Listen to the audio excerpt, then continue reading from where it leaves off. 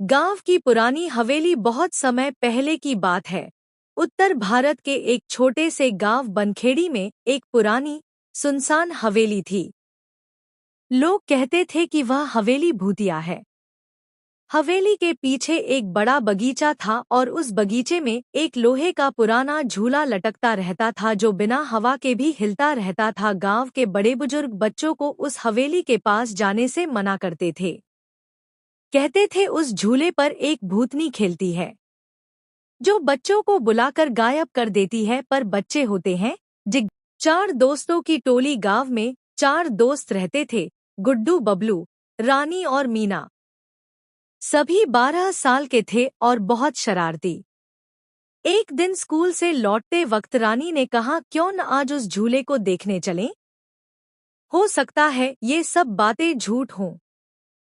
मीना डरते हुए बोली, पगला गई है, झूला अपने आप हिलता है, किसी ने देखा भी है उसे रात में रोते हुए। गुड्डू ने हंसते हुए कहा, अगर डर लग रहा है तो तुम मत आओ, हम तीनों चलेंगे। आखिरकार डर और रोमांच की लड़ाई में रोमांच जीत गया।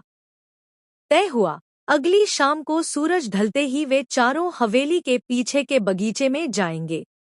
अगली शाम चारों अपने अपने घर से चुपचाप निकले और छिपते छिपाते हवेली पहुंचे। हवेली टूटी फूटी थी, दीवारों पर काई जमी थी और दरवाजे की चरमराहट दूर से सुनाई देती थी। वे बगीचे में पहुंचे और देखा, झूला सच में हिल रहा था, पर उस पर कोई नहीं था।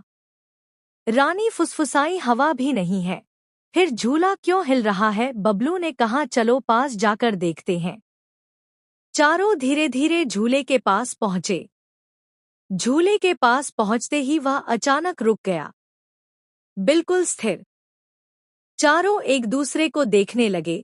तभी एक ठंडी हवा का झोंका आया और झूले से एक धीमी सी आवाज निकली, झूलूंगी, फिर से झूले का रहस्य। अचानक झूले के पास एक हल्का सा नीला प्रकाश चमकने लगा और एक छोटी सी लड़की की परछाई झूले पर दिखाई दी।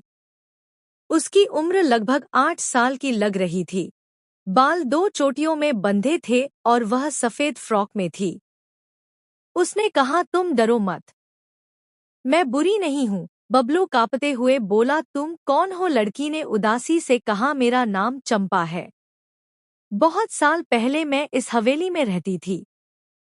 झूला मेरा सबसे प्यारा खेल था। एक दिन झूले की रस्सी टूटी और मैं गिरकर मर गई। चारों बच्चे स्तब्ध हो गए। तब से मैं यहीं हूँ।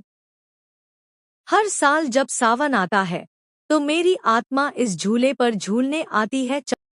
चंपा की अधूरी इच्छा। गुड्डू ने धीरे से पूछा, क्या तुम्हें कुछ चाहिए? क्या हम तुम्हारी मदद कर सकते हैं?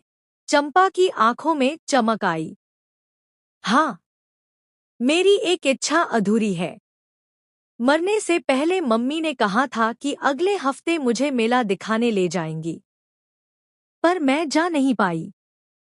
क्या तुम मुझे मेला दिखा सकते हो? मीना बोली, लेकिन भूत मेले कैसे जा सकता है? चंपा मुस्कुराई, अगर तुम सब मिलकर मेरा नाम मेले में पुकारो और मेरे लिए एक गुब्बारा खरीदो तो मेरी आत्मा को शांति मिल सकती है। मेला और विदाई। अगले दिन गांव में सावन का मेला लगा। चारों दोस्त चुपचाप मेले में गए और चंपा के लिए एक सफेद गुब्बारा खरीदा। वे झूले की लाइन में खड़े हुए और एक एक कर झूलते हुए बोलते गए, ये झूला चंपा के लिए है। फिर सबने गुब्बारे को आसमान में उड़ाया। जैसे ही गुब्बारा ऊपर गया, दूर आकाश में वही नीली रोशनी दिखी और चंपा की मुस्कुराती हुई परछाई हवा में मिली। उसने हाथ